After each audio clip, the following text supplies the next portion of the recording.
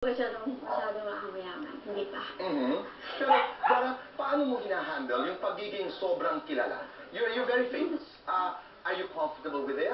Naalala ko kasi nung nandito ka sa Pilipinas, di ba? Ngayon sa Korea at maski dito sa Pilipinas, how do you handle No, it? and when you're a Korean pop star worldwide, all over Asia talaga, you're huge, all the way to America, di ba? Kasi ang lakas ng K-pop culture all over the world. Komportable ka? Yes.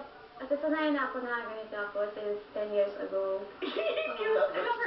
Oo. Yeah. At saka, ang request namin for this interview, sana karamihan Tagalog ang ating salita.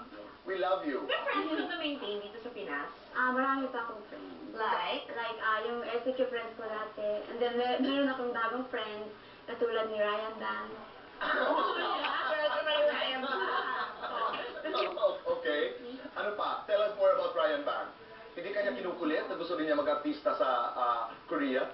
Hindi naman. Ang bait niya talaga. Sabi niya, treat niya ako ng pagkain pag punta ko dito.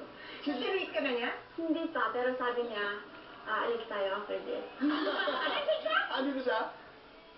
Okay, sumusunod-sunod. What kind of songs are you going to do? Ano ang aabangan ng inyong mga tagahanga dito sa inyong concert? Meron kang bagong album. Yeah. Tell me. Grabe. That's the one that the apple, the apathy will like. Oh,